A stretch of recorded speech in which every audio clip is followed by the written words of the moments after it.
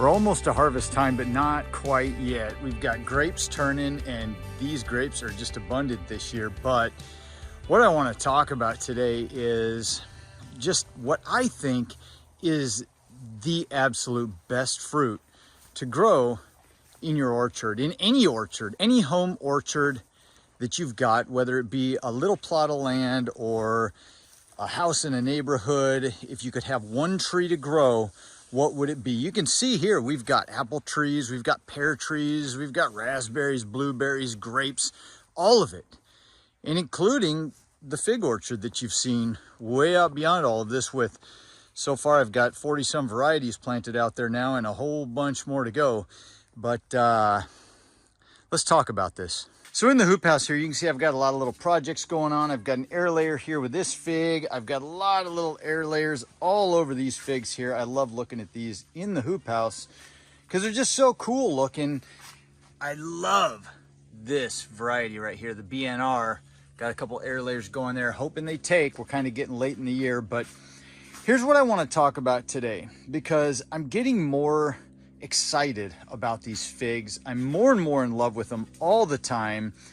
And before we go any further, I want to bring something to your attention. If you haven't been to his channel before, if you haven't seen this channel, you've got to check it out now because this guy is absolutely fantastic. I love his passion for growing figs, and he exudes it all over his videos. This guy has been doing figs for decades. He's got a lot of experience, and in his videos, his passion really comes out and his desire to teach really comes out. And he really gives so much experience that he's got over the years with these figs, and you can learn so much for free on his channel. It's called Lou Monte. Go check out the channel, Lou Monte. His figs are amazing. He's been growing them in ground and in a greenhouse for a long time. I get so much information from his videos every time I check them out. I'll put a link down in the description below. Go check them out.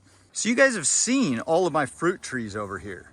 And I've got a bunch of different fruit varieties out there. Apple, pear, we've got some plums, peaches now, cherries that I've been growing, blueberries, those aren't trees, but they'll qualify as orchard plants. And then I've got these figs out here, and Ruger is excited to get out into the orchard, so let's let him out here. He loves chasing down deer and rabbits and anything else he can find out there. Anyway, the more I do these figs, the more I grow them, the more I get into them and compare them with these apples and these pears and these other plants that I've got in here, the more I am convinced, absolutely 100% convinced, that these figs are the trees to grow for massive fruit production, most reliable fruit production, just huge abundances of crops year after year from an early age without hardly any worry or fuss. So these things are drought tolerant in many cases, although they do, I found, you know, a lot of people say don't water them too much. I would say that's probably at certain times of the year, like when they're actually about ready to fruit, but or about ready to ripen their fruit. But I actually pump the water to these things, but I've grown them in very little water too. I've had, you know, times when I've gone weeks without watering them, and they hold up. They're strong, they're sturdy, they tolerate so much. They tolerate dry, rocky soil, they tolerate drought, they tolerate a lot, but they flourish if you just give them a little bit of tender loving care.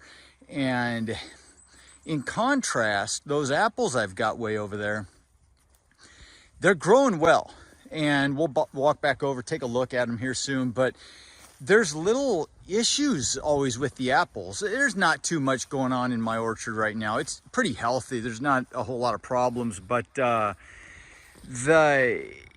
know, they get little fungus diseases on the leaves and branches some years. Aphids like to attack them.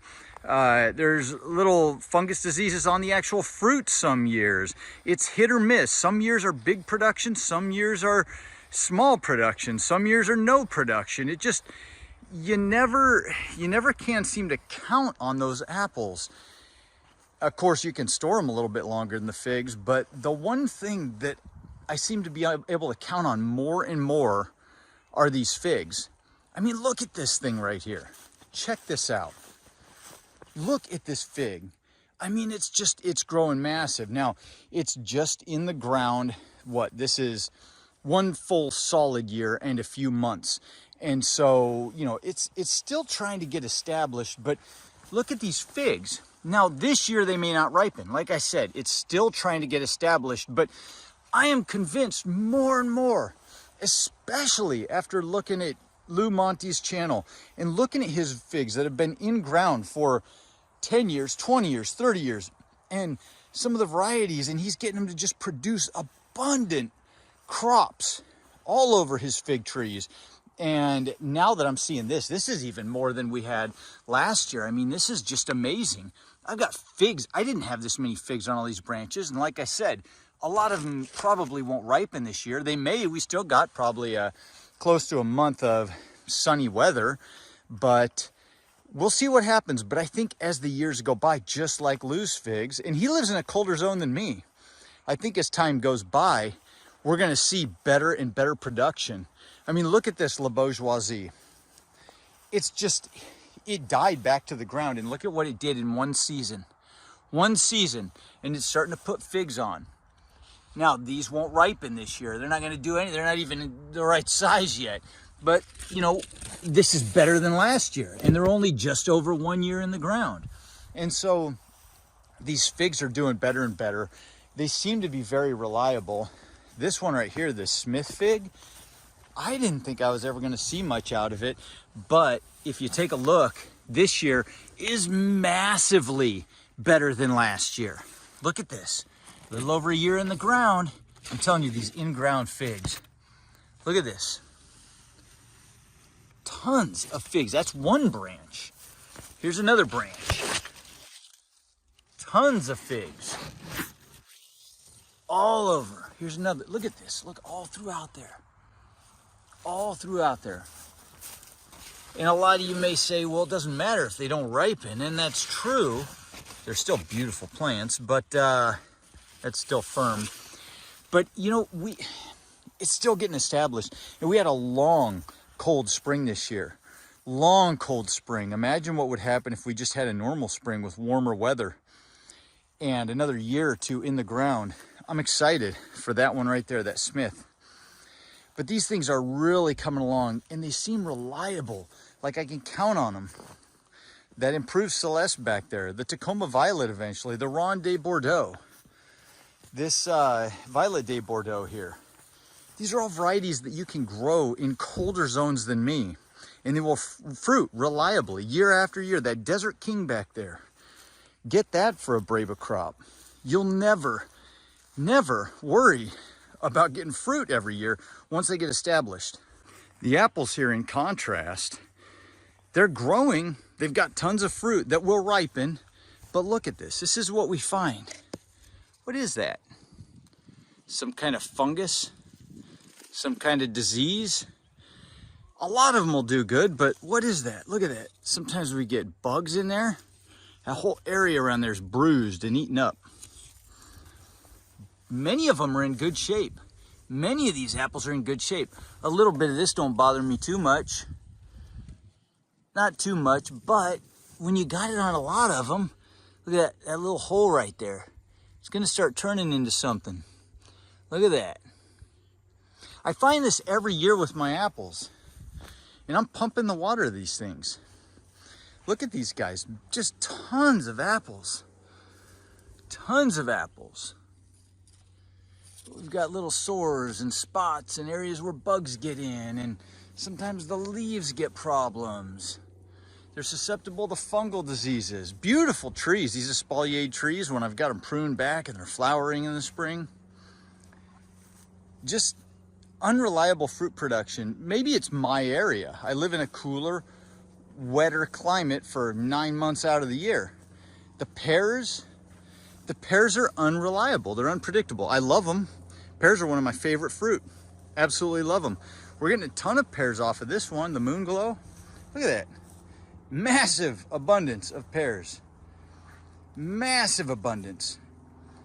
But as I'm learning with these figs, these trees don't hold a candle to them. Those fig trees, they come back with renewed vigor every year. And once you get them in the ground, what I'm finding, all those worries people have that have them in pots, the FMV, you know, any issues with actually dropping fruit, or, you know, there's so many issues I hear people having with these figs.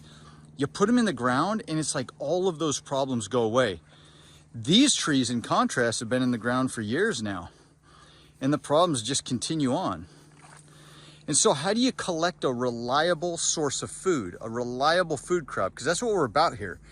Trying to build a reliable source of food that we can store. How do you do that when you have trees that maybe, I don't know if it's that they're not right for our climate. It's a great climate, but how do you do that when they're not, the fruit is being attacked by bugs and fungus and other issues? The figs, I'm not having those problems. I'm not having those problems. Now, I do have to say the grapes are doing fantastic. They're coming on more and more and stronger, and they are so good. And they're starting to ripen, and I love these flame red grapes. I'm not as fond of the green grapes, but they are still good. They're not fully ripe yet, but these grapes are very sweet and very good. Very flavorful grapes, you know, especially growing in your own backyard, in your own soil where there's no pesticides, no nothing. You can see I got grass growing all down below these guys. I don't spray for bugs. I don't spray for weeds.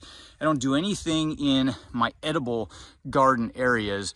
And they just, the flavor and the quality of these fruits is outstanding. I love the grapes. They're becoming more reliable year after year. And maybe the apples and the pears will do that.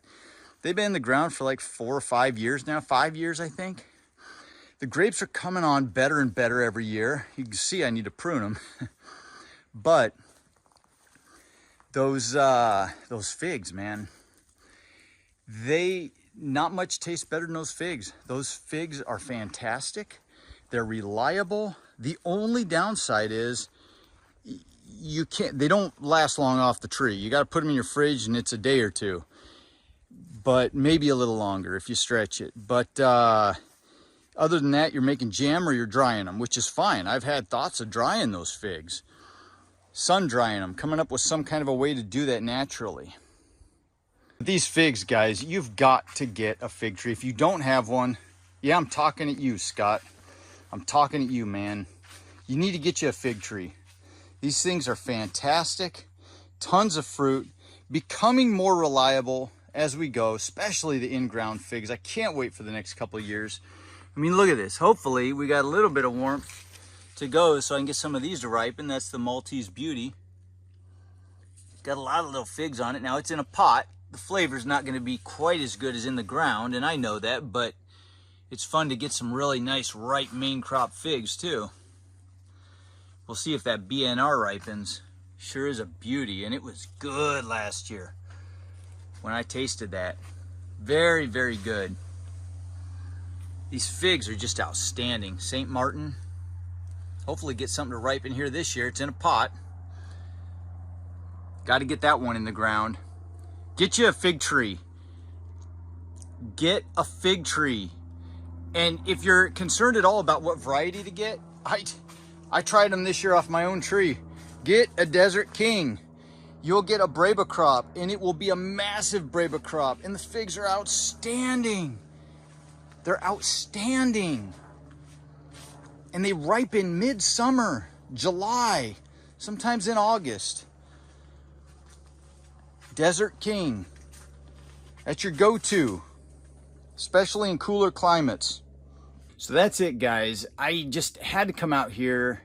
I'm getting more excited about these figs all the time. I never thought I'd be this into figs, but they are an absolutely wonderful plant for anybody to grow. And if you just plant one now, it'll be producing for you in several years very reliably outdoors in the ground. Now, if you live in a really cold zone, you're going to have to protect it outdoors. But if you just have one tree, it's not such a big task. So get you a Desert King. and protect that thing through the winter, and you will be rewarded, I promise you. I hope you guys enjoyed this one. Don't forget to go check out Lou Monte's channel. It's a really cool channel. A lot of information about figs. Hope you guys like this one. If you did, hit the like button. Subscribe if you want to follow along. Have a fantastic week, and I'll see you in the next video. Adios.